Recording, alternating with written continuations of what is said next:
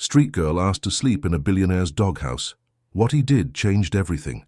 The rain hammered against the windshield of David Matthews's black Mercedes as he navigated through the flooded streets of Beverly Hills.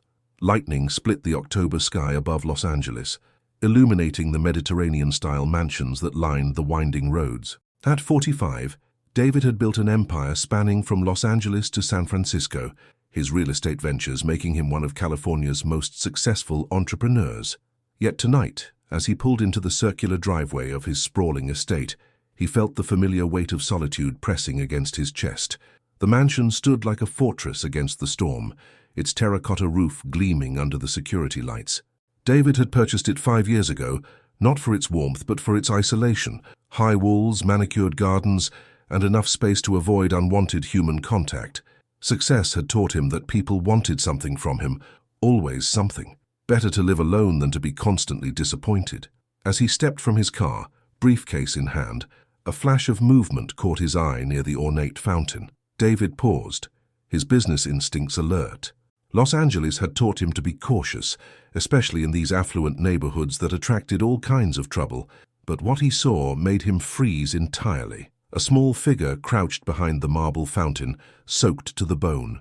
It was a child, a girl who couldn't have been older than 7 or 8, her dark hair plastered to her skull, clutching something against her chest. She was shivering violently, her lips blue from the cold. David's first instinct was to call security, or perhaps the police. This was Beverly Hills, not downtown Los Angeles. Children didn't just appear in his garden at midnight during thunderstorms, but something about the way she huddled there, trying to make herself invisible, stopped him cold. The girl looked up and met his eyes across the rain-soaked garden. Even in the dim light, David could see the intelligence there, the wariness of someone far too young to possess such knowledge of the world's cruelties.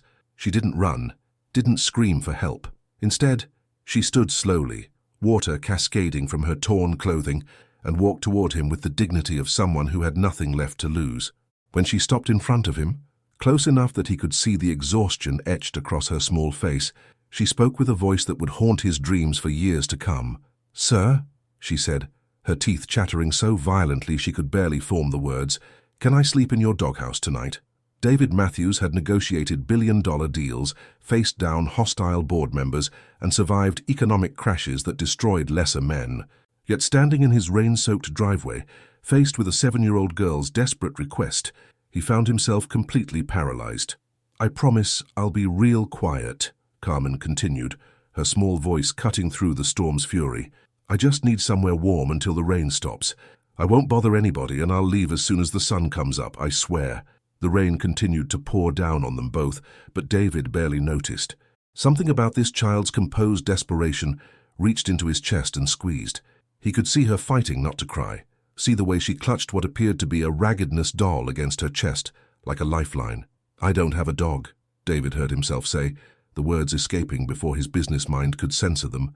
Carmen blinked, processing this information. For a moment, hope flickered across her features before resignation settled back in. "Oh, okay. I'm sorry to bother you, sir. I'll find somewhere else." She turned to go, and something inside David shattered. The image of his 7-year-old self flashed through his mind. The boy who'd worn hand-me-downs to school in rural Texas, who'd gone to bed hungry more nights than he cared to remember, who'd learned early that the world was divided into those who had power and those who didn't. "Wait." The word came out sharper than he intended, and Carmen froze. David ran a hand through his graying hair, water dripping from his expensive suit. "You can't stay out here." Carmen turned back slowly, hope and skepticism warring in her dark eyes. "Are you sure? I don't want to cause any trouble." David looked at her, really looked. Her clothes were torn but clean, suggesting she made an effort to maintain dignity despite her circumstances. Her face was gaunt, but not hollow, indicating she found food when she could. Most telling were her eyes, alert, calculating but not hardened. She'd been on the streets, but not for so long that she'd lost her essential humanity. "Come inside," he said, surprising himself with the gentleness in his voice. "We'll figure out the rest tomorrow." Carmen's face transformed, a smile breaking across her features like sunrise after a storm. "Really? You mean it?" "I mean it." David pulled out his keycard and pressed it to the security panel. The massive front door swung open, revealing the marble-floored foyer beyond. "Come on before we both catch pneumonia." As they stepped inside, David watched Carmen's reaction to his home through fresh eyes. The soaring ceilings, the crystal chandelier, the original artwork that had cost more than most people's annual salaries, it all seemed suddenly excessive, almost embarrassing. Carmen stood dripping on his Italian marble, slowly turning in a circle to take it all in. "Is this really where you live?" she whispered.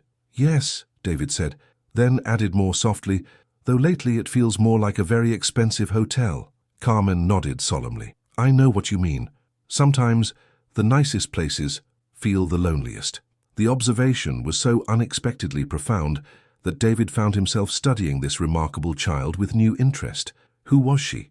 Where had she come from? And why did her presence in his sterile mansion suddenly make it feel like a home? "First things first," David said, leading Carmen through the great room toward the guest wing. "You need to get out of those wet clothes before you freeze to death." The guest bathroom was larger than most people's bedrooms, with a marble-clad shower and a jetted tub that could easily fit 4 adults. Carmen stared at it all with wide eyes, her doll clutched protectively against her chest. "Would you like to take a bath?" David asked, then immediately felt awkward. He knew nothing about children, particularly young girls. I'll find you something dry to wear," Carmen nodded eagerly. "I haven't had a real bath in—" She paused, calculating. "I think maybe 3 months. There's a place downtown with showers, but you have to wait in line, and sometimes there's no hot water."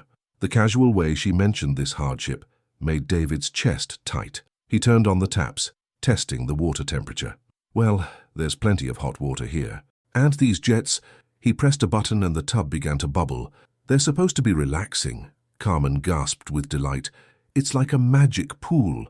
David found himself smiling, actually smiling, for the first time in months. "I suppose it is. I'll get you some clean clothes and leave them outside the door. Take as long as you want."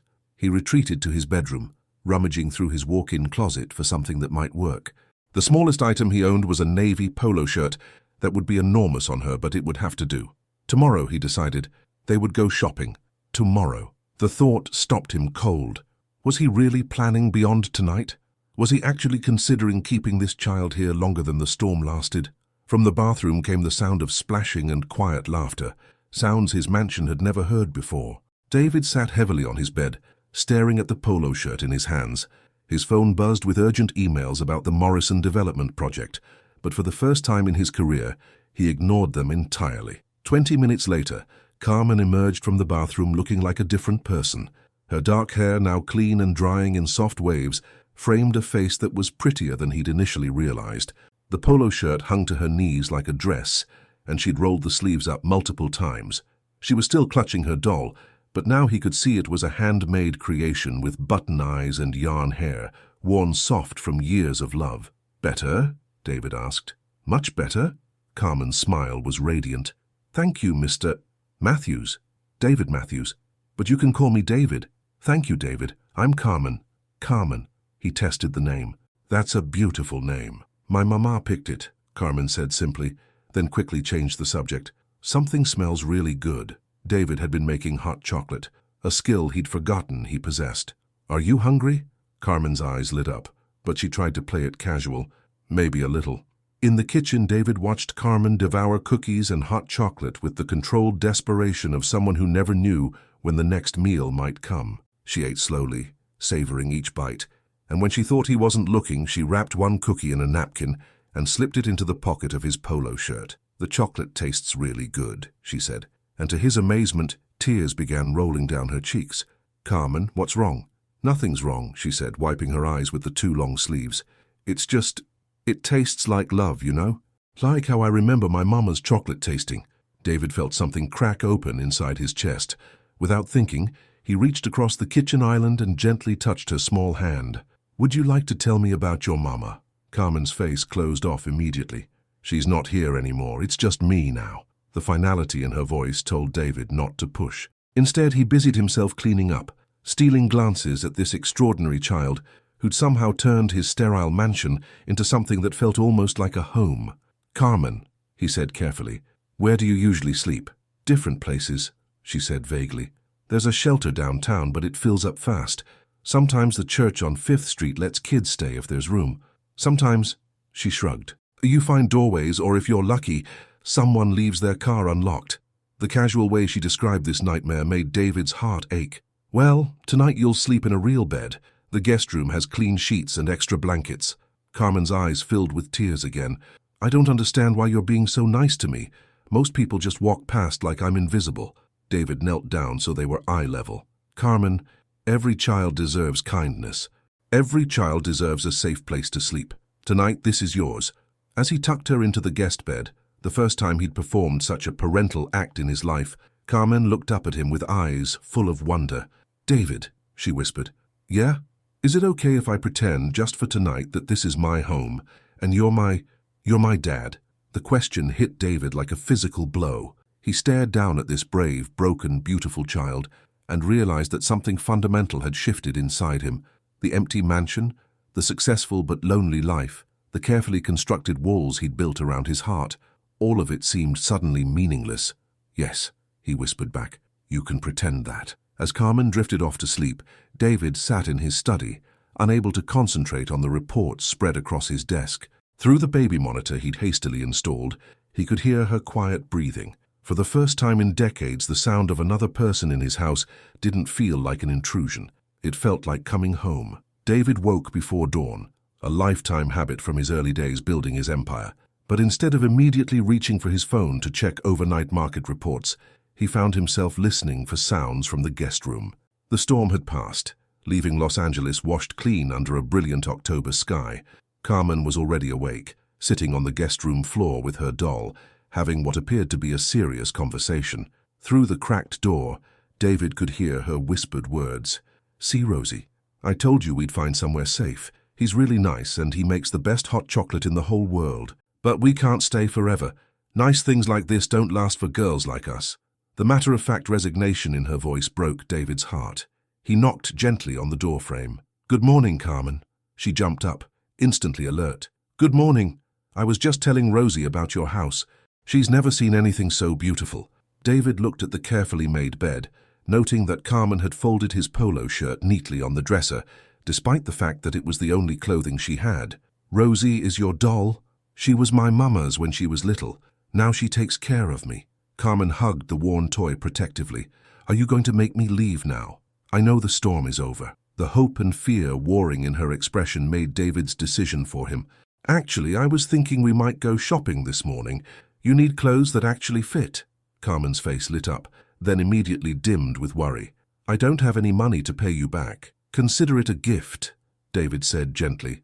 "Besides, I can't have you walking around Beverly Hills in a polo shirt that's 3 sizes too big. People will think I don't know how to take care of you properly." The drive to Rodeo Drive was a revelation. Carmen pressed her face to the window of the Mercedes, marveling at the manicured lawns and luxury cars. "Do all these people live in houses like yours?" "Some even bigger," David admitted. "Where do they put all their stuff?" Carmen asked with genuine curiosity. "I mean, how much stuff can one person need?" It was a question David had never considered. Looking at his life through Carmen's eyes, the excess seemed almost obscene. The boutique on Rodeo Drive catered to the children of celebrities and tech moguls. The sales associate, initially skeptical of David's presence with an obviously poor child, quickly adjusted her attitude when she recognized him from magazine covers. "We'll need everything," David told her. "Casual clothes, school clothes, pajamas, shoes. Whatever a 7-year-old girl needs." Carmen wandered the store in amazement, touching the soft fabrics with reverent fingers. But when the associate began pulling out items with 3-figure price tags, Carmen grabbed David's arm. "These are too expensive," she whispered urgently. "Can we go to Target instead? I saw one on the way here." The associate looked horrified at the suggestion, but David was touched by Carmen's concern. "Carmen, I can afford this. You deserve nice things. But I don't want you to spend all your money on me," she protested. "What if you need it for something important?" David knelt down to her level, ignoring the curious stares of other shoppers. "Carmen, there is nothing more important than making sure you have what you need. Money is just a tool. It's only valuable if it makes life better for people we care about." Carmen studied his face carefully. "You really care about me, even though you just met me?" "Yes," David said, surprised by how easily the truth came. "I really do." 2 hours later, they emerged with enough clothes to last Carmen months. She wore a new outfit, jeans and a soft pink sweater that made her look like any other well-cared-for child. But as they loaded the packages into the Mercedes, David noticed 3 men across the street watching them intently. The men were Latino, dressed in work clothes, but something about their posture set off David's danger instincts. When Carmen saw them, she froze completely. "Carmen? What is it?" "We need to go," she whispered, grabbing his arm with surprising strength. "Right now." But it was too late. The men were already crossing the street, their leader wearing a smile that didn't reach his eyes. "Carmen, mija," the man called out in accented English. "We've been looking for you everywhere. Your friends have been worried sick." Carmen positioned herself behind David, but the man continued his approach. He was in his 30s, with prison tattoos visible on his forearms and eyes that had seen too much violence. "I'm sorry, but I think you have the wrong person," David said carefully, placing himself between Carmen and the approaching men. No, the man said, his smile widening. "This is definitely our Carmen. She belongs to us. Don't you, mija? She's been staying with us, helping with little jobs. Very important work. I don't belong to anyone," Carmen said quietly, but David could feel her trembling. The man's expression hardened slightly. "Carmen, you know you owe us money. The food we gave you, the place to sleep, none of that was free. This nice man here looks like he can help you pay your debts." David felt ice form in his veins. "How much?" "Let's say $2,000. That should cover what she owes us." It was extortion, pure and simple. But David could see the fear in Carmen's eyes, could feel how small she'd made herself behind him. Whatever these men represented, they were part of the nightmare she'd been living. "Wait here," David told them, then pulled out his phone and made a call to his bank. Within minutes, he had cash from the ATM in the shopping center. As he handed over the money, the leader counted it carefully. "This is good for now," he said. "But remember, senor, Carmen is a special girl. She knows how to find things. Very valuable skill in our line of work. We'll be in touch." The threat was unmistakable. As the men walked away, Carmen finally spoke. "They'll never stop," she whispered. "They never stop." David looked down at this brave little girl who'd somehow gotten tangled up with dangerous people and felt something fierce and protective rise in his chest. "Yes, they will," he said quietly. "I promise you, Carmen." "They will."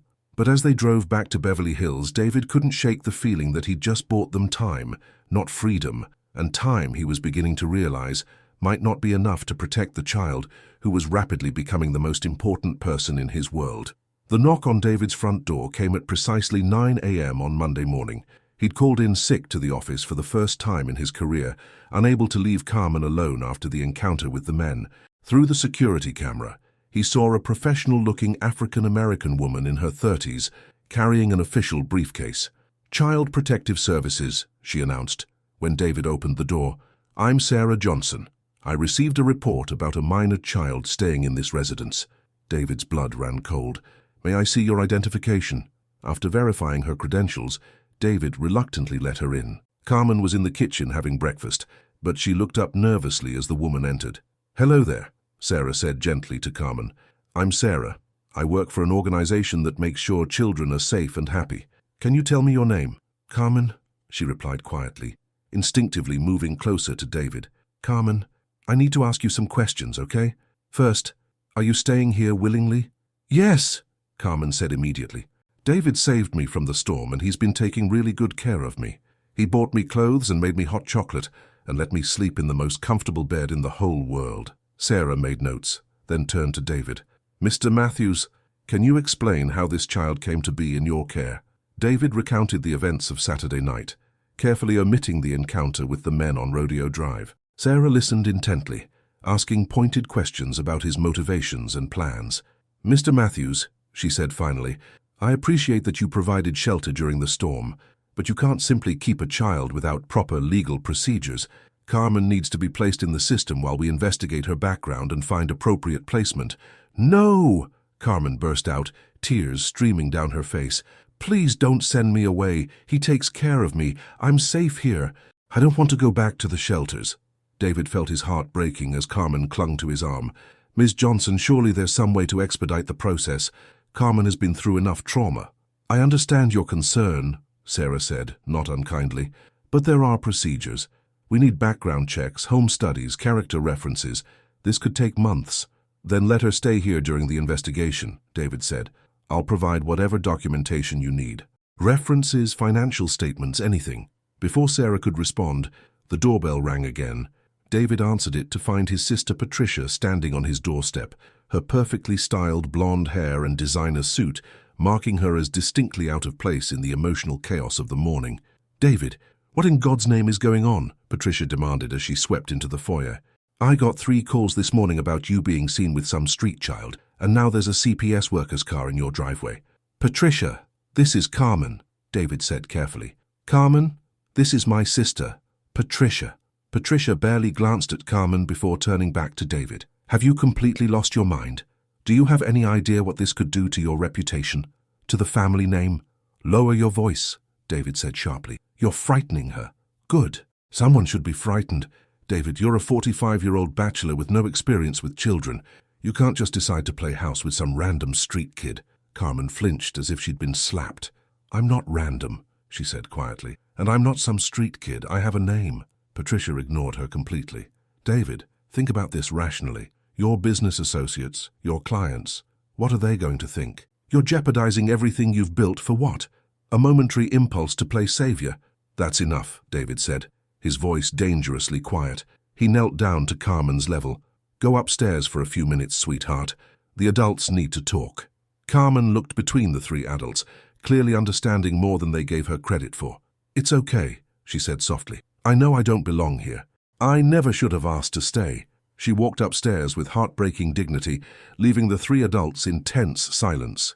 "Mr. Matthews," Sarah said carefully, "your sister raises some valid concerns. Single men adopting children face additional scrutiny, especially when there's such a significant difference in socioeconomic background. Are you suggesting I can't provide adequate care because I'm unmarried?" "I'm suggesting that the courts will want to thoroughly examine your motivations," Sarah replied. "Carmen has clearly been through trauma. She's vulnerable and may be projecting a need for security onto the first person who showed her kindness." Patricia pounced on this. "Exactly. David, you're being manipulated by a child who's learned to survive by playing on people's sympathies. This is probably her standard routine." "Get out," David said quietly. "What?" "I said get out of my house. Now." Patricia's face flushed with anger. "David, I'm trying to save you from making the biggest mistake of your life. The biggest mistake of my life would be listening to you." David opened the front door. "Leave. And don't come back until you can treat Carmen with the respect she deserves." After Patricia stormed out, Sarah gathered her papers. "Mr. Matthews, I'll need to take Carmen with me today for proper placement while we begin the investigation. How long will the process take? If everything checks out, 6 to 8 weeks minimum. But I have to warn you, the courts are reluctant to place children with single men, especially men without prior parenting experience." "What if I don't let you take her?" Sarah's expression hardened. "Then I'll return with the police, and your chances of ever legally adopting Carmen will be 0. David looked toward the stairs, knowing Carmen was probably listening to every word. "Can I have 5 minutes to explain this to her?" "Of course." He found Carmen in the guest room packing her few belongings into one of the shopping bags from their trip to Rodeo Drive. She looked up as he entered, her eyes red from crying, but her expression determinedly brave. "I heard," she said simply. "It's okay, David. I knew it was too good to be true." David sat on the bed beside her, struggling to find words. "Carmen, I want you to know, this isn't goodbye. I'm going to fight for you. I'm going to do whatever it takes to bring you home. But what if they won't let me come back?" she whispered. "Then I'll keep fighting until they do," David promised. "Will you trust me?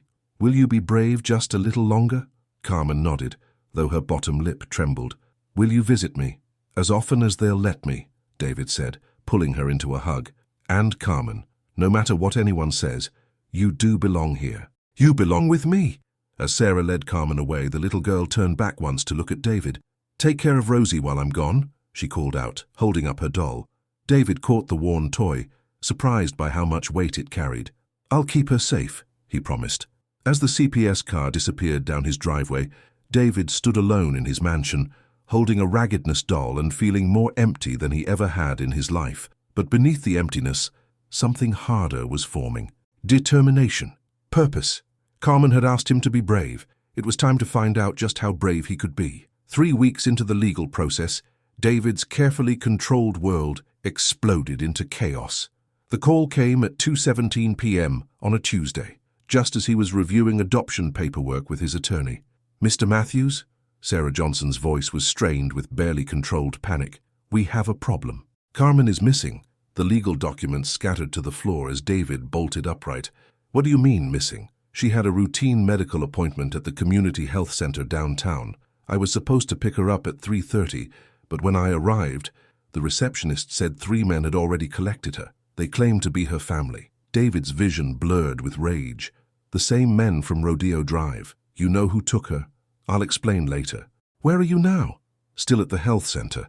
David, I've called the LAPD, but I'm on my way. David's hands shook as he speed-dialed his head of security while racing toward his car. Within minutes, every resource at his disposal was mobilized. Security cameras throughout downtown LA were being reviewed, and his private investigators were activating their network of street contacts. The community health center sat in one of LA's grittier neighborhoods, a world away from Beverly Hills' manicured streets. David arrived to find Sarah Johnson coordinating with 2 LAPD detectives, her professional composure cracking under the weight of responsibility. The security camera caught the license plate, Detective Rodriguez told David, but the car was reported stolen this morning. These men threatened Carmen 3 weeks ago, David said. They claimed she owed them money. You paid extortion money and didn't report it? The detective asked sharply. I was protecting a 7-year-old child, David snapped. What would you have done? Before the detective could respond, David's phone rang. Unknown number. Mr. Matthews. The voice was heavily accented, mockingly polite. I believe you're missing something small and precious. If you hurt her, relax, amigo. Carmen is fine. She's a valuable girl, very resourceful. But her debts have grown significantly since your last payment. $20,000 should settle everything. 20,000? We agreed on 2.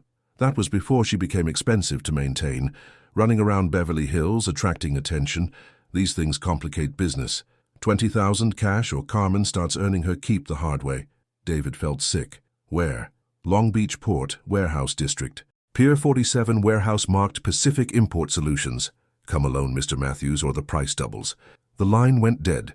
David looked at the LAPD officers, knowing they'd insist on backup, on procedure, on everything that might get Carmen killed. What did they say? Detective Rodriguez asked. They want 40,000, David lied smoothly. Meeting tomorrow at noon. I'll wear a wire. He escaped the health center before anyone could stop him, driving toward Long Beach with single-minded focus. The warehouse district after dark was a maze of abandoned buildings and broken streetlights. Pier 47 sat at the far end, Pacific Import Solutions barely visible on a rusted sign. David pulled up to the warehouse with a duffel bag containing 20,000 in cash. The building was dark, except for a single light in what appeared to be an office area. As he approached, 2 men emerged from the shadows. Mr. Matthews, the leader greeted him. So prompt, very admirable. Where is she? Your money first. David held up the bag. Carmen first. The man nodded to his companion, who disappeared into the warehouse. Minutes later he returned, roughly pushing Carmen ahead of him. She was dirty and obviously frightened, but unharmed. When she saw David, her face lit up with desperate relief. David, I'm here, sweetheart. Everything's going to be okay. But as David moved toward her, Carmen suddenly spoke in a clear, carrying voice. Miguel Santana, 1247 East 7th Street, apartment 3B. Rosa Maria Santana, his wife. 2 children, Carlos and Elena, ages 5 and 8. They attend Jefferson Elementary. The men froze in shock. What did you just say? Miguel demanded. Carmen continued with frightening precision. You drive a blue Honda Civic, license plate 8G47N22. Your wife works at the laundromat on Spring Street. Your daughter Elena has asthma and needs an inhaler. How do you know this? Miguel's voice was climbing toward panic. Children are invisible, Carmen said simply. People talk around us like we're not even there. You talked about your family while you were keeping me locked up. You showed pictures, you made phone calls. She looked directly at him. You told Rosa you'd be home by midnight because Elena has a doctor's appointment tomorrow at 9 a.m. David realized what Carmen was doing, using information as a weapon, making herself too dangerous to harm. But Miguel was reaching for something in his jacket. You little... The warehouse suddenly flooded with light as police cars surrounded the building. Sarah Johnson had disobeyed his instructions and followed him with backup. Miguel and his associates found themselves facing a dozen armed officers. LAPD, drop your weapons and get on the ground. In the chaos that followed, David lunged forward and swept Carmen into his arms. She wrapped her thin arms around his neck. and held on like she'd never let go. "I knew you'd come," she whispered. "I knew you wouldn't leave me." "Never," David promised, his voice thick with emotion. "I will never leave you." As Miguel and his associates were led away in handcuffs, Detective Rodriguez approached David and Carmen. "That was incredibly stupid and incredibly brave," he told David. "If we hadn't followed you, I couldn't risk it," David said simply. "She's everything to me." Sarah Johnson appeared at his elbow, tears streaming down her face. "I'm sorry I didn't trust you," she said. "When I saw how far you were willing to go, I've never seen love like that." Carmen looked up at David with eyes full of wonder. "You really love me, more than anything in this world," David said without hesitation. "Even though I'm not really your daughter." David knelt down so they were eye level, not caring that half the LAPD was watching. "Carmen, you are my daughter in every way that matters. And I promise you, no one will ever take you away from me again." As they walked toward the car together, Carmen slipped her small hand into his. "David, yeah, sweetheart? Can we go home now?" For the first time in his adult life, David Matthews knew exactly what home meant. "Yes," he said softly. "Let's go home." 6 weeks later, David sat in the family courthouse in downtown Los Angeles, wearing his best suit and struggling to control his nerves.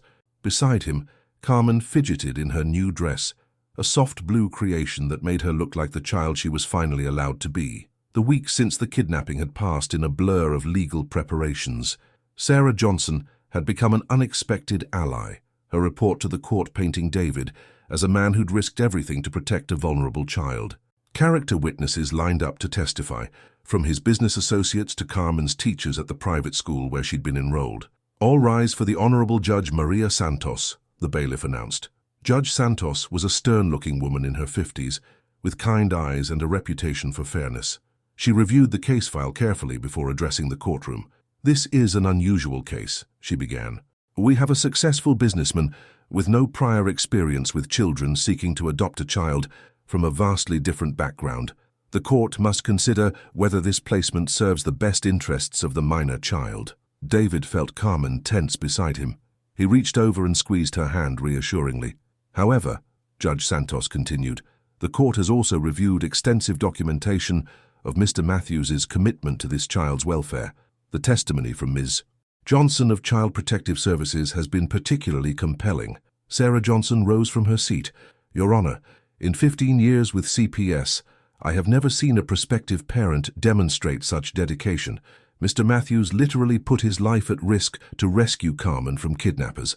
His home study results are exemplary, his financial stability is unquestionable, and most importantly, the bond between him and Carmen is genuine and profound." "Ms. Johnson," the judge said, "what is your professional recommendation?" "I recommend immediate approval of the adoption, Your Honor. Carmen has thrived in Mr. Matthews's care. She's gained weight, her academic performance has improved dramatically, and psychologically, she shows all the signs of a child who feels truly secure for the first time in her life." Judge Santos turned to Carmen. "Young lady, I need to ask you some questions. Do you understand what's happening here today?" Carmen stood up straight, every inch the dignified child David had fallen in love with. "Yes, ma'am. David wants to adopt me, which means I would legally be his daughter. And how do you feel about that?" Carmen glanced at David, then back at the judge. "Your Honor, before I met David, I didn't know what a real family felt like. I thought families were just people who happen to live in the same place. But David, he takes care of me when I'm sick, he helps me with my homework, he listens when I'm scared, and he makes me feel like I'm worth something." The courtroom was absolutely silent. Judge Santos leaned forward. "Is there anything else you'd like to tell the court?" "Yes, ma'am. I want to live with David forever. I want to be his daughter for real, not just because a piece of paper says so. He's already my daddy in my heart." David felt tears threatening and didn't care who saw them. This brave, articulate little girl had somehow found the perfect words to express what he felt but couldn't say. Judge Santos reviewed her papers one final time. "Mr. Matthews, please stand." David and Carmen rose together. "The court finds that the adoption of Carmen Elena Rodriguez by David James Matthews is in the best interests of the minor child. This adoption is hereby approved, effective immediately." The judge's stern expression softened into a smile. "Congratulations, Mr. Matthews. You have a daughter." The courtroom erupted in quiet celebration. David knelt down and pulled Carmen into a fierce hug as she burst into tears of joy.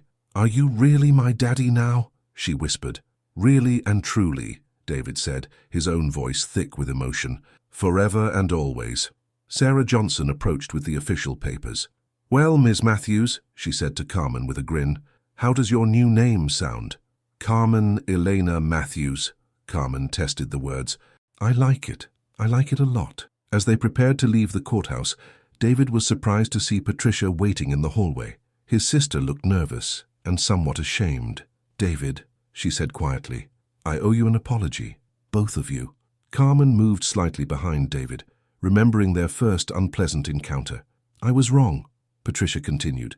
"I was so worried about what people would think that I forgot what actually mattered. I've been watching from a distance and, well, I've never seen you happier, either of you." She knelt down to Carmen's level. "Carmen, I'm sorry I was unkind to you. I hope you can forgive me. I hope we can start over." Carmen studied Patricia carefully, then nodded.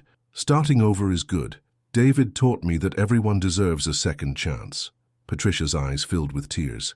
"Thank you, both of you." She stood and hugged David. "I'm proud of you, little brother. You found something more valuable than all your business deals combined." As they walked out of the courthouse together, Carmen skipping between David and Patricia, David felt a completeness he'd never experienced. The empty mansion in Beverly Hills was about to become something entirely different. It was about to become a home.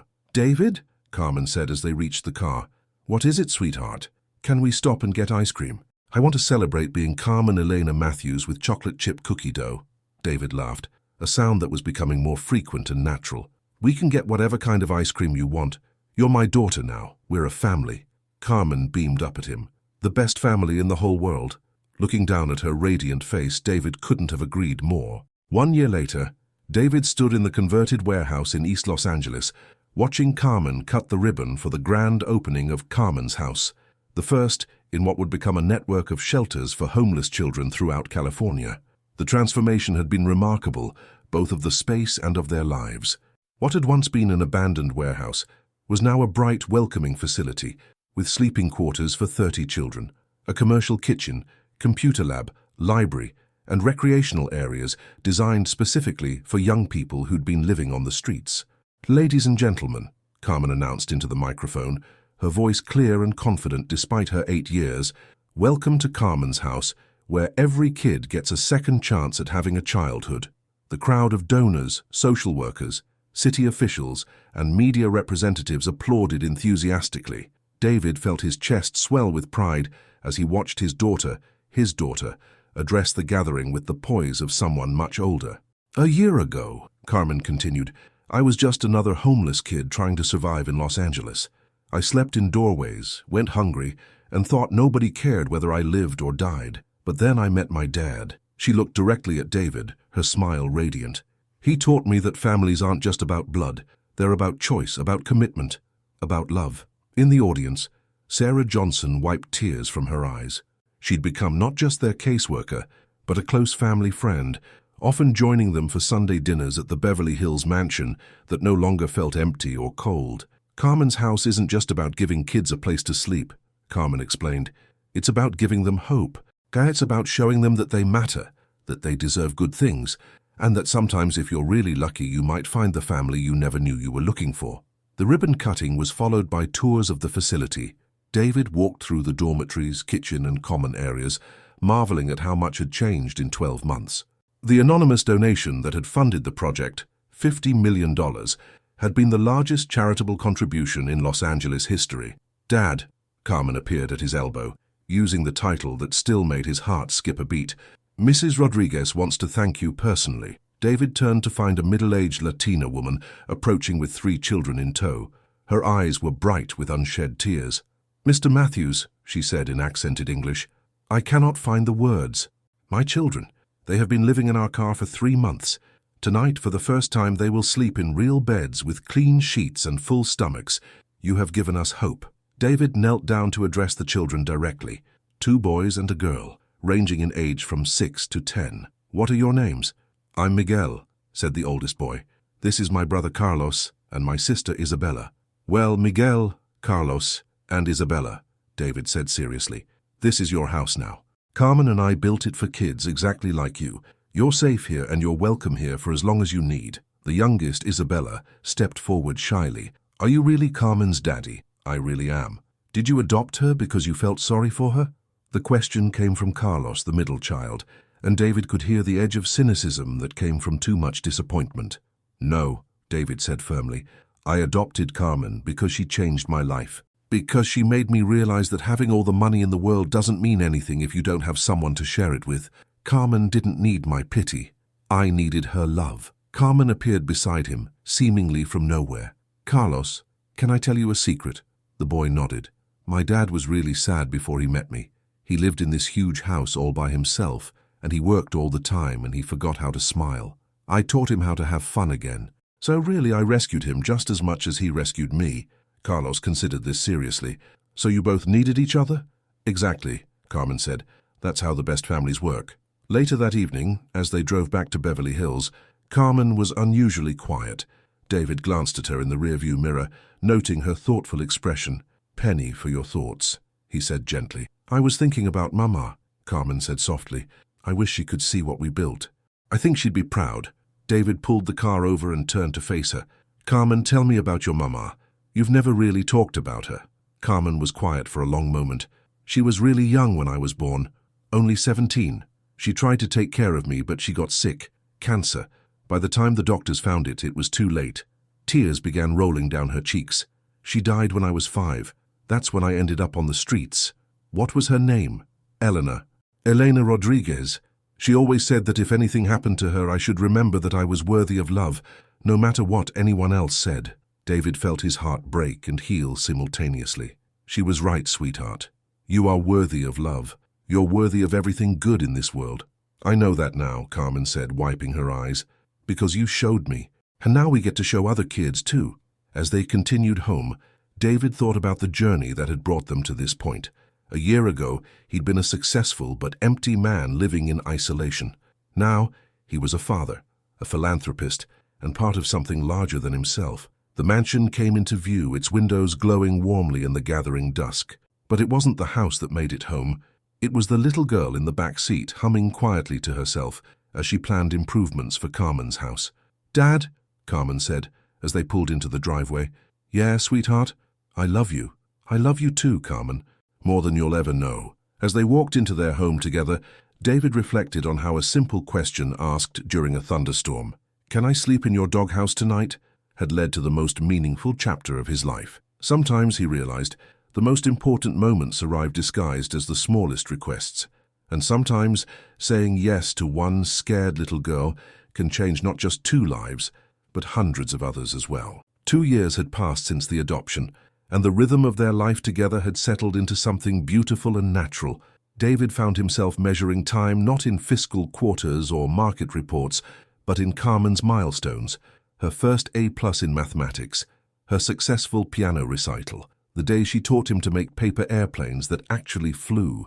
On this particular Sunday morning, they sat in their favorite breakfast nook overlooking the meticulously maintained garden, sharing the Los Angeles Times and debating the merits of pancakes versus French toast. Carmen, now 9, had developed opinions about everything from current events to interior decorating. Dad, there's an article here about Carmen's house, she said, pointing to a feature in the Metro section. Listen to this. Local businessman David Matthews and his daughter Carmen have revolutionized homeless services for children in Los Angeles. Their innovative approach has reduced youth homelessness in targeted areas by 40%. David looked up from the business section, smiling at Carmen's obvious pride. 40%? That's pretty good, isn't it? It's amazing. Carmen's eyes sparkled with enthusiasm. But I think we can do better. I have an idea for expanding to Orange County. Oh, you do? David set down his coffee, giving her his full attention. Carmen's ideas had proven remarkably insightful over the past 2 years. Tell me more. Well, I was reading about this program in San Francisco, where they pair older homeless youth with younger kids as mentors. What if we created something like that at Carmen's house? The teenagers could help the little kids with homework and life skills, and it would give the older kids purpose and responsibility. David studied his daughter's animated face, marveling not for the first time at her emotional intelligence and innovative thinking. At 9, she understood human nature and social dynamics in ways that escaped many adults. That's a brilliant idea, sweetheart. Why don't you write up a proposal? We can present it to the board next month. Carmen beamed. Really? You'd let me present to the board? Carmen, this whole project exists because of you. Of course you should have a voice in how it grows. The phone rang, interrupting their planning session. David glanced at the caller ID and saw Patricia's name. Aunt Patricia! Carmen called out cheerfully as David answered. Despite their rocky beginning, Patricia had become a devoted aunt, never missing a birthday or school event. David, Patricia's voice was unusually serious. I'm calling with some news. Good news, I think, but it's going to require some family discussion. What kind of news? James proposed last night. David grinned. Patricia had been dating James Morrison, a fellow attorney, for over a year. That's wonderful. Congratulations. Thank you. But here's the thing. He got a job offer in Seattle, a partnership at one of the top firms there. We're thinking about moving. David felt a pang of loss, but also happiness for his sister. Seattle's a great city. You'll love it there. I will miss you both terribly, Patricia said softly. But James and I were wondering, well, we were hoping you and Carmen might consider being in our wedding party. Carmen as flower girl, you as best man. Before David could answer, Carmen was tugging on his sleeve. Is Aunt Patricia getting married? Can I be in the wedding, please? David laughed. I think Carmen's already answered for both of us. We'd be honored. After hanging up, Carmen immediately launched into wedding planning mode. We need to help her pick out a dress and flowers, and I know the perfect venue. Remember that hotel in Santa Monica where we had the Carmen's House fundraiser? Slow down, sweetheart, David said, amused by her enthusiasm. Let Aunt Patricia plan her own wedding. But I could be her consultant, Carmen said seriously. I have excellent taste in parties. She wasn't wrong. Carmen had helped plan every Carmen's House event, and her suggestions invariably improved whatever the professional planners had proposed. Speaking of parties, David said, don't forget we have that site visit to San Diego this week. The mayor wants to discuss opening a Carmen's House there. Carmen's face lit up. Really? We're expanding to San Diego? If the meeting goes well. Are you ready to convince another city council that they need us? Carmen struck a confident pose. Dad, by the time I'm done talking to them, they'll wonder how they survived without Carmen's House. David laughed, struck once again by his daughter's combination of confidence and compassion. She'd grown so much since that terrified little girl who'd asked to sleep in his doghouse. Yet she'd retained the empathy and street wisdom that made her such an effective advocate for homeless children. Carmen, he said thoughtfully, do you ever miss it? Your life before? Carmen considered the question seriously. I miss Mama sometimes, and I miss Rosie. I wish she could see how nice my room is now. Rosie, the raggedness doll, held a place of honor on Carmen's bookshelf.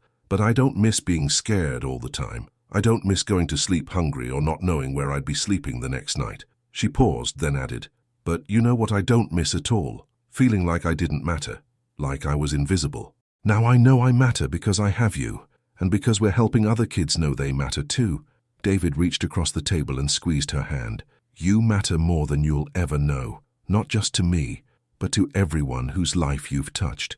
Dad, yeah? Do you think Mama would be proud of what we've built?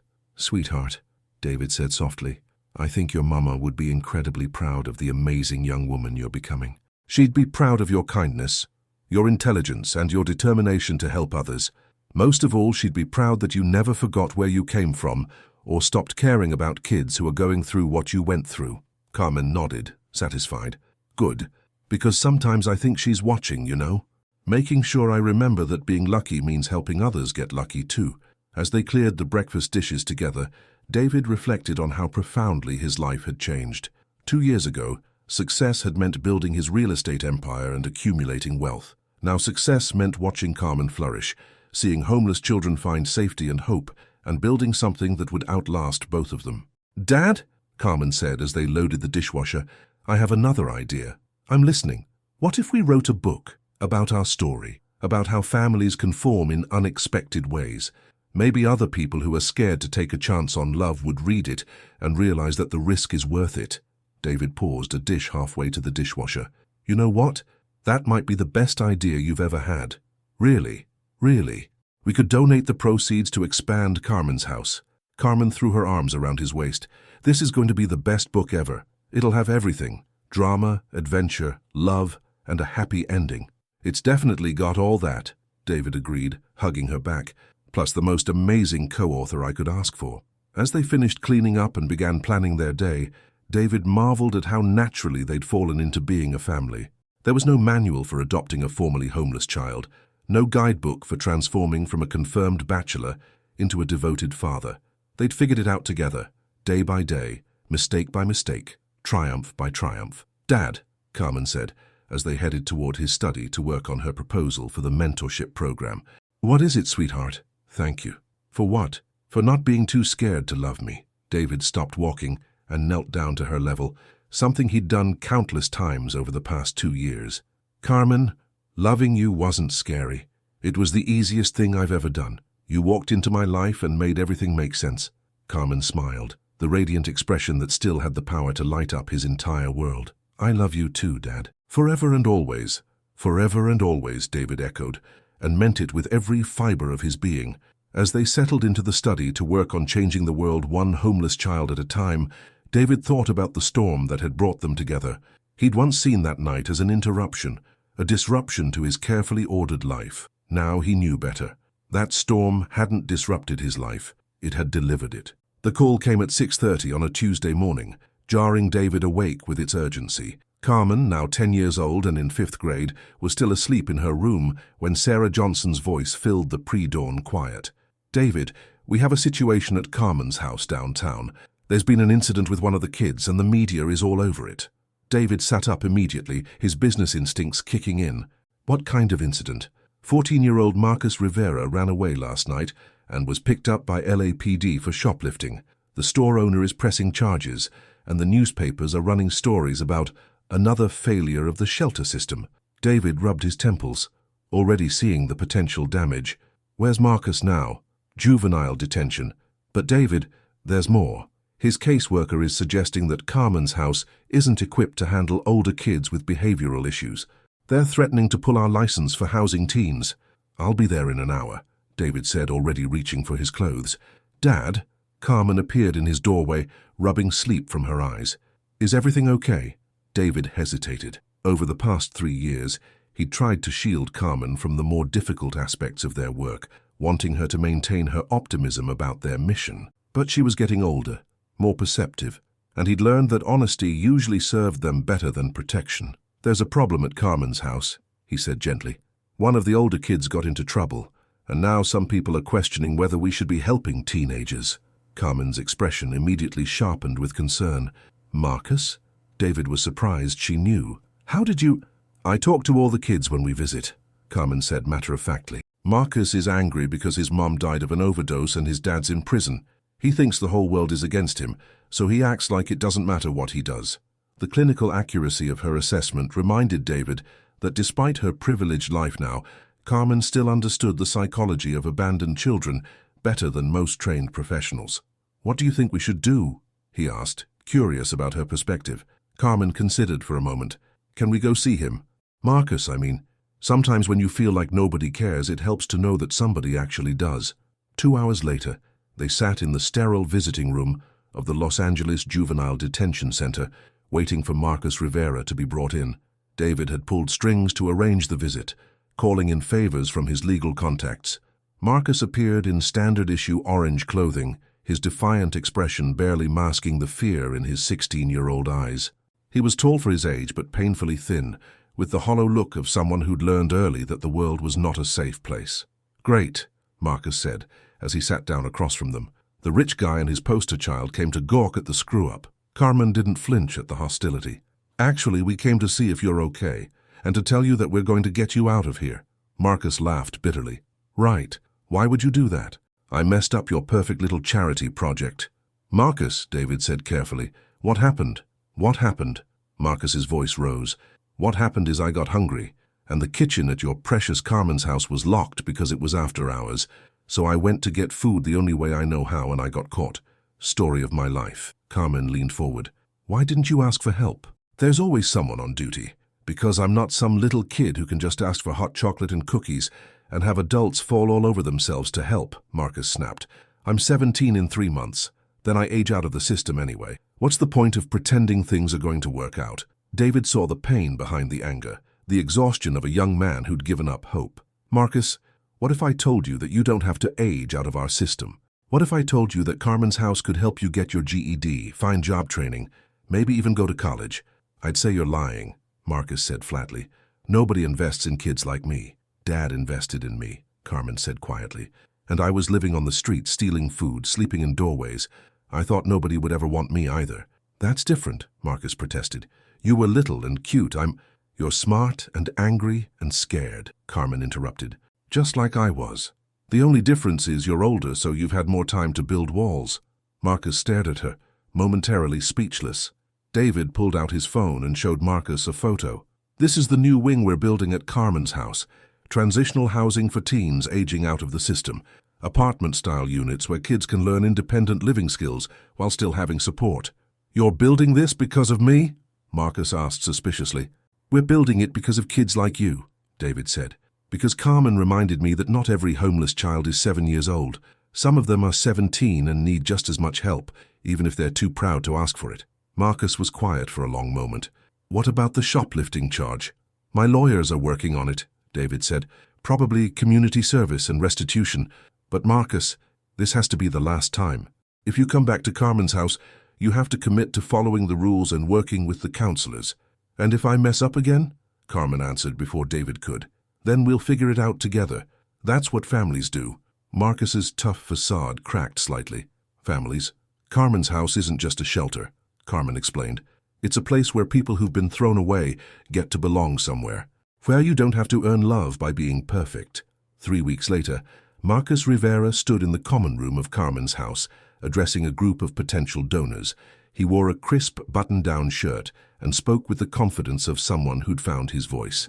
6 months ago, I thought my life was over, he told the assembled crowd. I was aging out of foster care with no skills, no support, and no hope. I was angry at the world and convinced that nobody cared whether I lived or died. In the audience, David and Carmen watched with pride as Marcus described his transformation. Carmen's house didn't just give me a place to live, Marcus continued. They gave me a purpose. I'm getting my GED, I'm working part-time at the facility, and next year I'm starting community college with a scholarship they helped me apply for. He paused, finding David and Carmen in the crowd. But most importantly, they showed me that family isn't about blood or adoption papers. It's about people who refuse to give up on you, even when you've given up on yourself. After the presentation, as they drove home through the familiar Beverly Hills streets, Carmen was unusually quiet. What are you thinking about? David asked. I was thinking about how different my life could have been, she said softly, if you hadn't stopped that night in the rain. If you'd called the police instead of letting me in. If you'd given up when things got complicated. David reached over and squeezed her hand. But I didn't give up, and neither did you. I know, but Marcus almost gave up. How many other kids are out there right now thinking nobody cares about them? Probably too many, David admitted. But we can't save everyone, sweetheart. Maybe not everyone, Carmen said thoughtfully, but we can save the ones who find us. And maybe they'll go on to save others, like Marcus is doing now. David smiled, struck once again by his daughter's wisdom. You know what? You're absolutely right. We're not just building shelters. We're building hope. And hope spreads. Dad? Yeah? I want to write a letter to the city council about expanding the teen program. Marcus shouldn't be the only older kid who gets a second chance. I think that's a wonderful idea. Want to work on it tonight? Definitely. And Dad? I love you. I love you too, Carmen. More every day. As they pulled into their driveway, David reflected on how much their mission had grown and evolved. What had started as one man's decision to help one child had become a network of support, touching hundreds of lives. But more than that, it had become proof that love, once planted, grows in ways you never expect. Carmen's 11th birthday fell on a crisp October morning, exactly 4 years after the night she'd first asked to sleep in David's doghouse. The irony wasn't lost on either of them as they sat in the garden, sharing birthday pancakes and watching the sunrise paint the Hollywood Hills gold. Can you believe it's been 4 years? Carmen asked, syrup dripping from her fork as she gestured enthusiastically. Sometimes it feels like I've always lived here, and sometimes it feels like yesterday that I was hiding behind your fountain. David looked at his daughter, tall for her age now, with the confidence of a child who'd never doubted her place in the world. What do you remember most about that night? Carmen considered the question seriously, as she did everything. I remember being so cold and scared, but also determined. I knew I had to ask for help, even though every adult had disappointed me before. And I remember thinking your house looked like a castle where only perfect people could live. And now? Now I know it's just a house where people who love each other happen to live, Carmen said with a grin. A very big fancy house, but still just a house. The morning was interrupted by the sound of the doorbell. Through the security monitor, David saw Sarah Johnson standing on the front steps, holding an official-looking envelope and wearing an expression he couldn't quite read. "Sarah's here," he told Carmen, "and she looks serious." Carmen immediately perked up with interest. Sarah's visits were usually social these days, but her body language suggested this was official business. They found Sarah in the foyer, shifting nervously from foot to foot.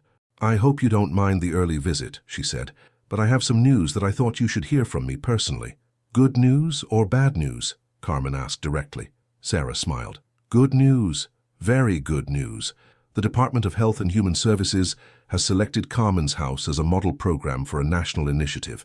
They want to fund the expansion of our approach to 25 cities across the country." David felt his jaw drop. 25 cities?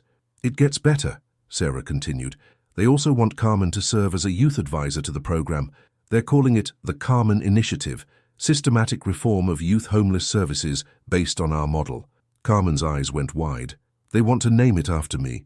"Sweetheart," Sarah said gently, "you've become the face of child homelessness reform. Your speeches, your proposals, your ability to connect with both kids and adults, you've shown that children can be powerful advocates for change." David felt a surge of pride mixed with protectiveness. What would this mean practically? Travel to other cities to help set up programs, speaking engagements at conferences, working with policymakers to design better systems. Sarah looked directly at Carmen. It would mean missing some school, but they're offering to provide tutors. And of course David would be with you for everything. Carmen was quiet for a long moment, processing the magnitude of what was being offered. Would I be helping kids like Marcus? And like I used to be? Exactly like that, Sarah confirmed. Then yes, Carmen said without hesitation. When do we start? 6 months later, David stood in the wings of a convention center auditorium in Chicago, watching Carmen address a crowd of social workers, policymakers, and advocacy groups. At 11, she commanded the stage with a presence that seemed impossible for someone so young. "Ladies and gentlemen," Carmen said into the microphone, her voice carrying clearly through the packed auditorium, "when I was 7 years old, I lived on the streets of Los Angeles. I slept in doorways, went hungry for days at a time, and believed that nobody in the world cared whether I lived or died." The audience was completely silent, hanging on her every word. "Today I stand before you as the daughter of David Matthews, as a straight-A student, and as proof that every child, no matter how lost they seem, has the potential to change the world. But I'm not here to tell you my success story. I'm here to talk about the thousands of children who are still waiting for their chance." Carmen clicked to the next slide in her presentation, showing statistics about youth homelessness.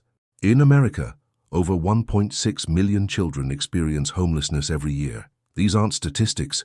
They're futures we're failing to protect. They're potential doctors, teachers, artists, and leaders who are being told by our society that they don't matter. David watched from the wings as Carmen detailed the Carmen Initiative's approach: trauma-informed care, educational support, family reunification when possible, and aging-out services for teens. But more than the specifics, she conveyed something that no adult advocate could: the absolute certainty that these children were worth saving.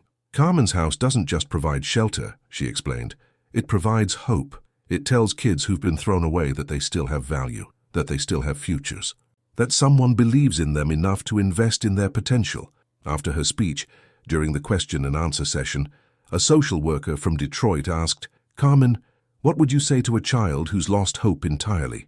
Carmen thought for a moment. "I'd tell them what my dad told me, that love isn't something you earn by being perfect. It's something you deserve just by being human. And I'd tell them that even if they can't see it yet, there are people out there looking for them, waiting to help them become who they're meant to be." Later that evening, in their hotel suite overlooking Lake Michigan, Carmen sat cross-legged on the bed, video calling Marcus Rivera, who was now managing the teen program at the original Carmen's House location. "How did the presentation go?" Marcus asked. "Amazing," Carmen replied enthusiastically. "They're going to fund programs in 12 cities just from today's meeting. That means 12 more places where kids like us can find families and futures." "Kids like us," Marcus repeated thoughtfully. "You know, 4 years ago, I never would have believed I'd be part of something this big. That's because 4 years ago you thought you didn't matter, Carmen said gently. Now you know better. David listened to their conversation while reviewing emails from various cities, requesting meetings about implementing the Carmen initiative. The scope of what they were building sometimes overwhelmed him, but watching Carmen navigate it all with such grace and purpose reminded him that this had always been bigger than just two people finding each other. Dad, Carmen said after ending her call with Marcus, I have an idea for the book we talked about writing. Oh, what if we made it not just about our story, but about all the stories? Marcus, and the other kids we've helped, and the families who formed at Carmen's house. What if we showed people that there are lots of different ways to build a family? David smiled, struck once again by his daughter's insight. You mean like a collection of stories? Exactly. All connected by the idea that love is a choice, not an accident, and that families can form anywhere, anytime, when people decide to take care of each other. I love that idea, David said. What would we call it? Carmen grinned. How about The Family We Choose, Stories from Carmen's House? Perfect, David agreed. Absolutely perfect. As Carmen settled into bed, exhausted from the day's presentations and planning, David tucked her in the way he had every night for 4 years. Dad, she said sleepily, what is it, sweetheart? Do you think Mama would be proud of what we've built? David kissed her forehead gently. Carmen, I think your Mama would be amazed by the extraordinary young woman you've become. She'd be proud that you never forgot where you came from and that you're using your story to help others. I hope so, Carmen yawned. Because sometimes I feel like she's helping us, you know? Like she's watching over all the kids we help. Maybe she is, David said softly. Maybe she is. As Carmen drifted off to sleep, David stood by the window looking out at the lights of Chicago. Somewhere in this city, homeless children were bedding down for another uncertain night. But soon, if their plans came to fruition, there would be a Carmen's house here too, another place where lost children could find their way home. The work was far from over. In fact, it was just beginning. But looking at his sleeping daughter, David knew they were ready for whatever came next. After all, they were family, and families could accomplish anything when they faced the world together. The call came on a Tuesday afternoon while Carmen was at school and David was in his home office, reviewing architectural plans for the Carmen's house facility planned for Denver. The woman on the other end of the line spoke with the measured tone of someone accustomed to delivering momentous news. Mr. Matthews, this is Rebecca Hartley calling from the White House Office of Public Engagement. I'm calling to inform you that President Richardson would like to recognize the Carmen Initiative with the Presidential Citizens Medal. The ceremony would take place next month in the East Room. David nearly dropped the phone. The Presidential Citizens Medal was the second highest civilian honor in the United States, awarded to individuals who had performed exemplary deeds of service for the nation. That's incredible, David managed, but I think there's been some mistake. This honor should go to Carmen. She's the real force behind everything we've built. Actually, Mr. Matthews, the medal is being awarded to both of you. The President has been following Carmen's advocacy work and feels that your partnership represents the best of American volunteerism and social innovation. That evening, David waited anxiously for Carmen to return from her friend Emma's house, where she'd been working on a school project. When she finally walked through the front door, backpack slung over her shoulder and chattering about her day, he could barely contain his excitement. Carmen, sit down. I have something incredible to tell you. She immediately sensed the gravity in his tone and perched on the edge of the sofa, giving him her full attention. What is it? Is everything okay? Everything is more than okay, David said, grinning widely. The President of the United States wants to give us the Presidential Citizens Medal. Carmen blinked several times, processing this information. The President? Of the actual United States? The actual United States, David confirmed. They want to honor the Carmen Initiative at a ceremony in the White House. For a moment, Carmen was speechless, a rare occurrence. Then her face broke into the radiant smile that still had the power to light up David's entire world. We're going to the White House, she whispered. We're going to the White House. Carmen launched herself into his arms, hugging him fiercely. I can't believe it. This is like a fairy tale. It gets better, David said. They want you to give a speech at the ceremony, to talk about why the work matters. Carmen pulled back to look at him, her expression suddenly serious. Dad, what if I mess up? What if I say something stupid in front of the President? David cupped her face gently in his hands. Sweetheart, you've never said anything stupid in your life. You speak from the heart about things that matter. That's all you need to do. But this is the president. And you're Carmen Matthews, David said firmly, the girl who convinced the governor of California to increase funding for youth services, the girl who testified before Congress about child homelessness, the girl who's helped build a national movement. The president is honored to meet you, not the other way around. 3 weeks later, they stood in the East Room of the White House, surrounded by other medal recipients and their families. Carmen wore a navy blue dress that made her look older than her 11 years, her dark hair pulled back in an elegant bun. David wore his best suit and a tie that Carmen had picked out because it looked presidential. "Are you nervous?" David whispered as they waited to be called forward. "A little," Carmen admitted, "but mostly I'm excited. I keep thinking about all the kids who are watching this on TV, seeing that someone who used to be like them is standing in the White House. Maybe it'll give them hope." President Richardson was a tall woman in her 60s, with kind eyes and a reputation for genuine warmth. When their names were called, she greeted them with obvious pleasure. "Carmen Matthews and David Matthews," she announced to the gathered crowd, "for their extraordinary work in combating youth homelessness and their demonstration that families formed through choice and commitment can change the world." As the president placed the medal around Carmen's neck, she leaned down and whispered something that made Carmen's eyes fill with tears of joy. "What did she say?" David asked later, as they stood in the receiving line. "She said that her granddaughter wants to be just like me when she grows up," Carmen whispered back. "Can you believe that? The president's granddaughter knows who I am." When it came time for Carmen's speech, she approached the podium with the confidence of someone who'd found her voice through years of advocacy. The East Room fell silent as she began to speak. "Mr. President, distinguished guests and fellow Americans," Carmen began, her voice clear and strong. "4.5 years ago, I was a homeless 7-year-old who believed that nobody in the world cared whether I lived or died. Today, I stand in the White House as living proof that every child, no matter how lost they seem, has the potential to change the world." The audience was captivated as Carmen told an abbreviated version of her story, but she quickly shifted focus to the larger mission. "The Carmen Initiative isn't really about me," she explained.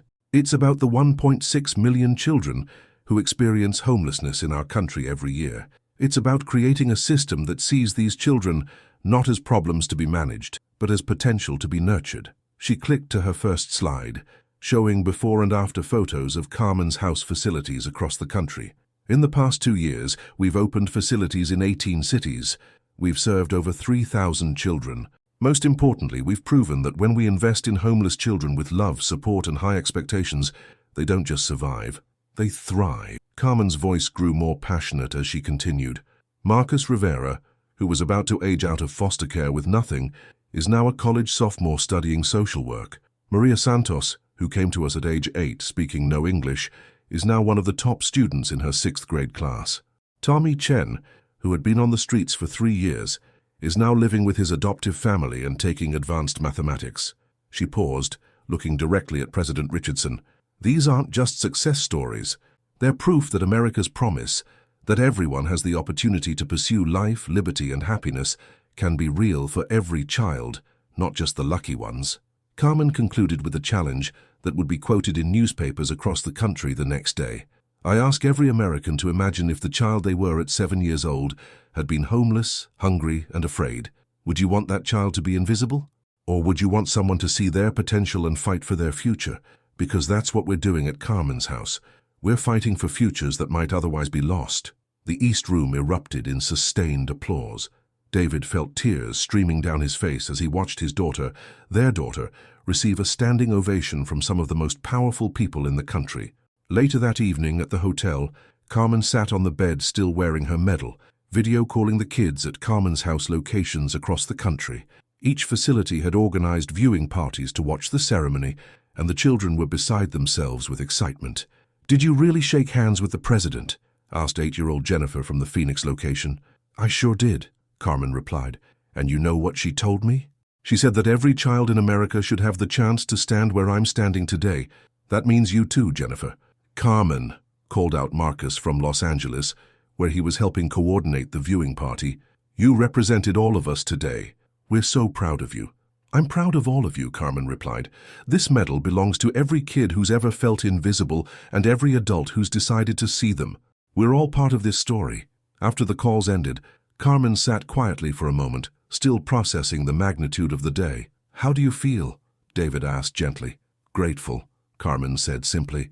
"And responsible. This medal means people are watching what we do next. We have to make sure we're worthy of their trust." David sat beside her on the bed, putting his arm around her shoulders. "Carmen, you've been worthy of everyone's trust since the day you walked into my life. You've never once forgotten where you came from, or stopped fighting for kids who are still where you used to be." "Dad?" "Yes, sweetheart. Do you think we've done enough? I mean, there are still so many kids out there who need help." David smiled, recognizing the driven perfectionism that had helped Carmen achieve so much at such a young age. "Sweetheart, we'll never be able to help every child, but we've proven that it's possible to build something that lasts, something that grows beyond just the two of us. The Carmen Initiative will continue helping kids long after we're gone." Carmen nodded thoughtfully. "I guess that's what legacy means, isn't it? Building something bigger than yourself that keeps making a difference, even when you're not there anymore." "Exactly," David said. "And you've built an incredible legacy, Carmen. You should be proud." "We've built it," Carmen corrected, "together, as a family." As they prepared for bed, David reflected on the extraordinary journey that had brought them to this moment. A homeless child and a lonely businessman had somehow managed to create a national movement, influence policy and change thousands of lives. But more than that, they'd proven that families come in all shapes and sizes, and that love chosen deliberately is just as powerful as love inherited by blood. "Dad?" Carmen called from the bathroom as she brushed her teeth. "What is it?" "I love you, and I'm glad you were brave enough to let me stay that night." "I love you too, sweetheart," David replied. "And I'm glad you were brave enough to ask." As Carmen settled into sleep, David stood by the window looking out at the lights of Washington, D.C. Somewhere in this city and in cities across the country, homeless children were facing another uncertain night. But now, thanks to Carmen's courage and their shared commitment, more of those children had places to go. Safe places, loving places, places where they could discover their own potential and maybe someday change the world themselves.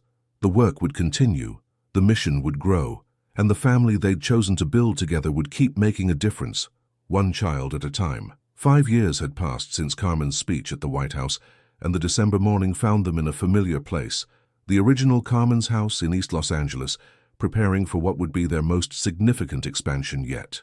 Carmen, now 16, moved through the facility with the easy confidence of someone who had grown up understanding that privilege came with responsibility. "Dad, the news crew from Channel 7 is here," she called out from the main lobby, where she'd been reviewing her notes for the morning's press conference. "And the mayor just arrived with the city council delegation." David looked up from his conversation with the architect, struck as always by how naturally Carmen commanded these situations. At 16, she was tall and poised, with an acute understanding of both media relations and policy implementation that would have impressed professionals twice her age. "Ready for this?" he asked as they walked toward the newly constructed conference room. "More than ready," Carmen replied confidently. "This is what we've been working toward."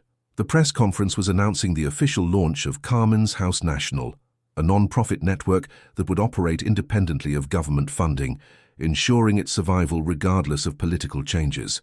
The organization now encompassed facilities in 43 cities, served over 10,000 children annually, and had become the gold standard for youth homeless services. "Ladies and gentlemen," Carmen addressed the packed room of reporters, city officials, and community leaders, 5 years ago, my father and I accepted a challenge from the President of the United States to prove that our model could work on a national scale. Today, I'm proud to announce that we haven't just met that challenge, we've exceeded it. She clicked to her first slide, showing a map of the United States dotted with Carmen's House locations. Carmen's House National now operates in 43 cities, across 22 states. Our success rate for family reunification is 67%, nearly double the national average. Our high school graduation rate for residents is 91%, and 73% of our alumni go on to post-secondary education or career training. David watched from the side of the room as Carmen fielded questions from reporters with the skill of a seasoned politician. A journalist from the LA Times asked about funding sustainability. "That's an excellent question," Carmen replied. "One of the reasons we're transitioning to full non-profit status is to ensure that our services aren't dependent on political cycles. We've built an endowment of over $200 million, generated through corporate partnerships, individual donations, and our published works. The published works she referred to had become a phenomenon in their own right. The Family We Choose, stories from Carmen's house, had spent 6 months on the New York Times bestseller list, with all proceeds funding expansion. Carmen's follow-up memoir, Finding Home, A Daughter's Journey from the Streets to the White House, had been even more successful, particularly among young adult readers. "Carmen," asked a reporter from CNN, "you're 16 years old, and you're essentially running a national organization. What's next for you personally?" Carmen smiled, and David could see the 7-year-old she'd been flickering behind her confident exterior. "I've been accepted to Stanford University for early admission, where I'll be studying public policy and social entrepreneurship, but I'm also committed to maintaining my role with Carmen's house. This work isn't just my career, it's my calling." After the press conference, as they drove back toward Beverly Hills, Carmen was unusually quiet. David glanced at her in the passenger seat, noting her thoughtful expression. "Penny for your thoughts," he said gently. "I was thinking about that night," Carmen said softly. "The storm, when I asked to sleep in your doghouse. Can you imagine if you'd said no? If you'd been too scared or too busy or too certain that it wasn't your problem?" David pulled the car over into a scenic overlook, wanting to give this conversation the attention it deserved. "But I didn't say no." "But you could have," Carmen persisted, "and then none of this would exist. Marcus would have aged out of the system with nothing. Maria would still be struggling with English in overcrowded classrooms. Tommy might not even be alive." She turned to face him fully. "Dad, do you think about that? About how many kids are still out there because most people do say no?" David studied his daughter's face, seeing the weight of responsibility she'd carried for so many years. "Every day," he admitted. "But Carmen, we can't save everyone. We can only control what we do, not what others choose not to do." "I know," Carmen sighed. "It's just, sometimes the magnitude of it overwhelms me. We've helped thousands of kids, but millions more are still struggling." "Sweetheart," David said gently, "do you remember what you told that reporter from Detroit 5 years ago, about hope spreading?" Carmen nodded. "Every child we've helped, every family we've created, every person who's seen our work and decided to volunteer or donate, or just be a little kinder to the homeless person they pass on the street. That's how change happens. Not all at once, but person by person, choice by choice." Carmen was quiet for a moment, then smiled. "Marcus always says that Carmen's house didn't just save him, it taught him how to save others. He's got 12 kids in his transitional housing program now, and 5 of them are planning to become social workers." "Exactly," David said. "That's your legacy multiplying itself." That evening, they had dinner at their favorite restaurant in Santa Monica, a tradition they'd maintained every month for years. The oceanfront table gave them a view of the Pacific, and the familiar ritual allowed them to step away from the intensity of their public work. "Dad," Carmen said as they shared dessert, "I need to ask you something, and I want you to be completely honest." "Always," David replied. "Do you ever regret it?" "Taking me in, I mean. Your life was so much simpler before. You could have traveled the world, dated, maybe gotten married and had biological children. Instead, you got a 7-year-old with trauma and a mission that's basically consumed your entire life." David set down his fork and looked directly into Carmen's eyes. "Carmen Elena Matthews, I need you to listen to me very carefully. Taking you in wasn't a sacrifice. It was the smartest, most important decision I've ever made. You didn't complicate my life, you saved it." "But no buts," David interrupted gently. "Before you, I was successful but empty. I had money but no purpose. I had a house but not a home. You gave me everything that matters: love, meaning, family, and a reason to build something that will outlast both of us." Carmen's eyes filled with tears. "Really? Really? Carmen, you turned me into the man I was meant to be. You taught me that love isn't something that happens to you. It's something you choose every day with your actions, and choosing to love you has been the greatest privilege of my life." Carmen reached across the table and squeezed his hand. "I love you too, Dad, more than I could ever express." "I know, sweetheart. And that love, the love we chose to build together, that's what's at the heart of everything we've accomplished." Carmen's house works because it's based on the simple idea that every child deserves what we found together. As they walked along the beach after dinner, Carmen picked up shells the way she had as a child, though now she was nearly as tall as David. "Dad," she said as they watched the sunset paint the sky in brilliant oranges and purples, "I've been thinking about what I want to do after Stanford." "Oh?" "I want to run for office someday. Maybe start as a city councilwoman. Work my way up. I think I could do more good for homeless children by changing policy from the inside." David smiled. You know what? I think you'd make an excellent elected official. You've got the passion, the intelligence, and the experience. Plus, you actually understand what it means to serve people instead of just serving yourself. You think so?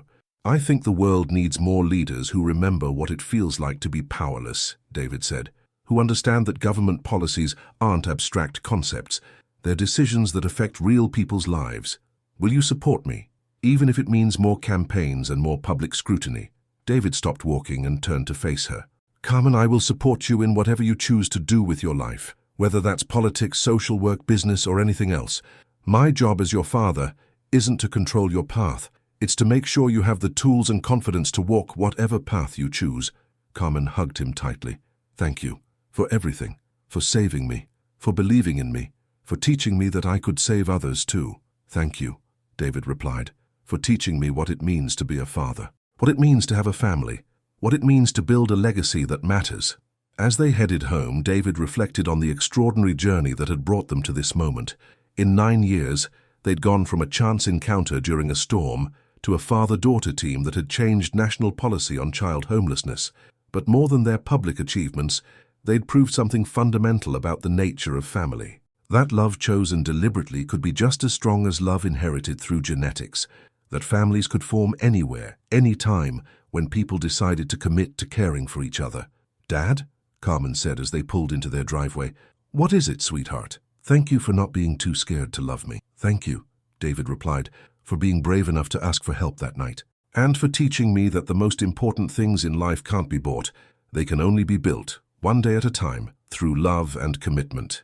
As they walked into their home together, David knew that no matter what the future held, Carmen's college years, her political career, her own family someday, they would always have this, the unbreakable bond between a father and daughter who had chosen each other and built something beautiful together. The storm that had brought them together had long since passed, but the love they'd built in its wake would last forever. 25 years had passed since that stormy October night, and Carmen Matthews Chen stood at the podium of the Los Angeles Convention Center, looking out at an audience of over 2,000 people gathered for the silver anniversary celebration of Carmen's house. At 32, she was a California state senator, a published author, and the mother of 2 young children. But today she was simply a daughter, honoring the man who had changed the trajectory of her life and the lives of thousands of others. 25 years ago, Carmen began, her voice carrying clearly through the packed auditorium. A scared 7-year-old girl knocked on a stranger's door during a thunderstorm and asked if she could sleep in his doghouse. That stranger was my father, David Matthews, and his decision to say yes didn't just change one life. It started a movement that has transformed how our nation cares for its most vulnerable children. In the front row, David sat with his 5-year-old granddaughter Elena on his lap and 7-year-old grandson Michael beside him. At 70, his hair was silver, but his eyes still held the same warmth and determination that had convinced a homeless child to trust him decades ago. The numbers tell part of our story, Carmen continued. Carmen's House National now operates in all 50 states and has served over 100,000 children. Our success rates for family reunification, education completion, and long-term stability remain the highest in the nation. We've influenced federal policy, changed state laws, and proven that investing in homeless children isn't just morally right, it's economically smart. She clicked to the next slide, showing photos of Carmen's House alumni who had gone on to become doctors, teachers, social workers, and community leaders. But the real story of Carmen's House isn't found in statistics, it's found in faces. Marcus Rivera, who joined us as an angry teenager and now directs our national training program. Maria Santos, who arrived speaking no English and is now a pediatric nurse. Tommy Chen, who spent 3 years on the streets and is now a software engineer developing apps to help homeless youth connect with services. In the audience, Marcus wiped tears from his eyes. Now 41 and married with children of his own, he served as Carmen's House National's Chief Operations Officer. Beside him sat Maria and Tommy, along with dozens of other alumni who had traveled from across the country for this celebration. Each of these success stories represents something profound, Carmen said. They represent the power of one person deciding that another person matters. They represent the truth that families are built on choice and commitment, not just biology. Most importantly, they represent proof that love, once planted, grows in ways we never expect. Carmen paused, looking directly at David. Dad, 25 years ago you could have called the police. You could have given me money for a hotel and sent me away. You could have told yourself that one small act of kindness was enough. Instead, you chose to see potential where others saw problems. You chose to build a family where others saw a disruption. You chose love where others chose fear. The audience erupted in sustained applause as David stood, tears streaming down his face. Carmen stepped away from the podium and walked to him, wrapping him in the same fierce hug she'd given him as a child. "I love you, Dad," she whispered. "Forever and always, forever and always," David whispered back, the words carrying the weight of 25 years of shared joy, challenges, and unbreakable commitment.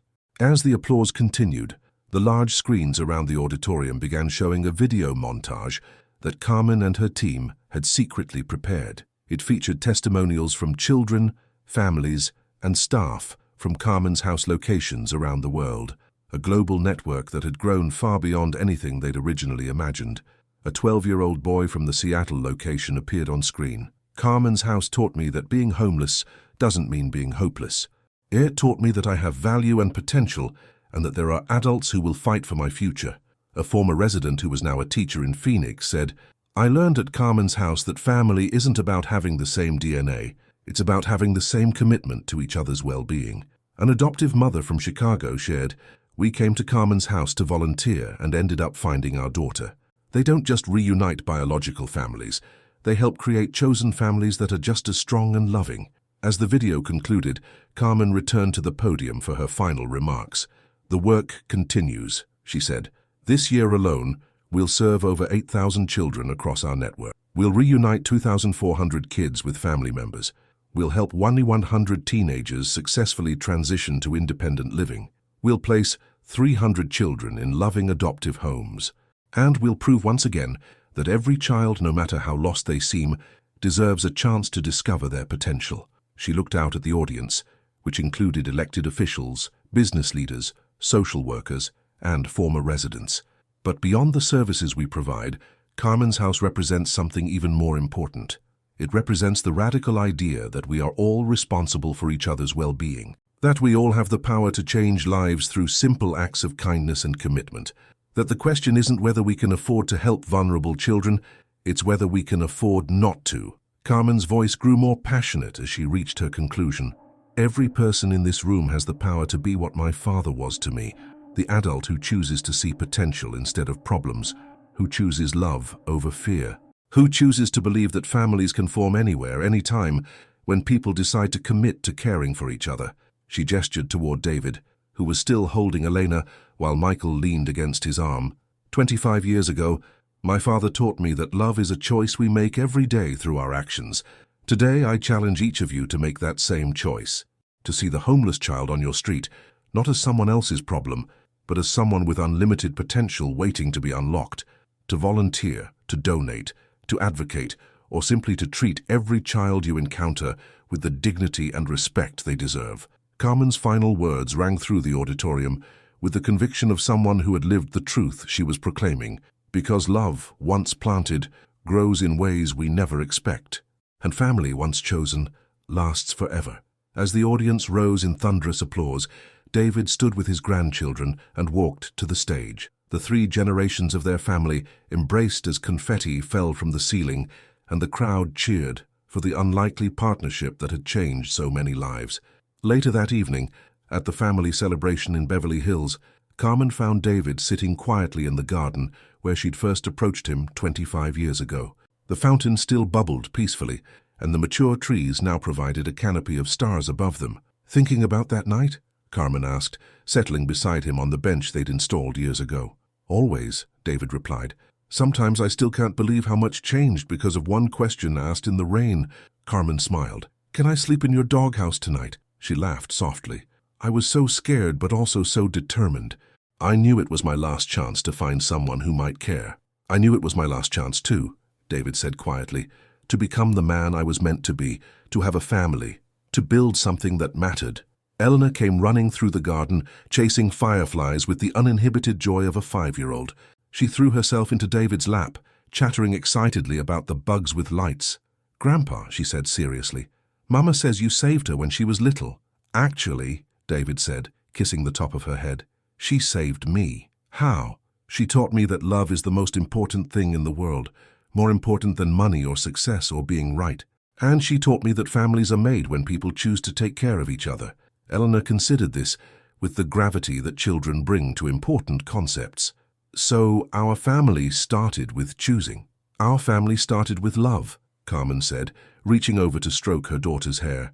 And it keeps growing because we keep choosing to love each other every single day. Michael appeared from the house, followed by Carmen's husband James and their dog, a golden retriever they'd rescued from a shelter and named Hope. "Dad," Carmen said, as her family gathered around them in the garden, "thank you for everything, for saying yes when you could have said no, for choosing love when you could have chosen fear, for showing me that families aren't just born, they're built." David looked around at the people surrounding him, his daughter, his son-in-law, his grandchildren, and even their rescued dog, and felt the same overwhelming sense of completion he'd experienced that first night when Carmen had finally felt safe enough to sleep.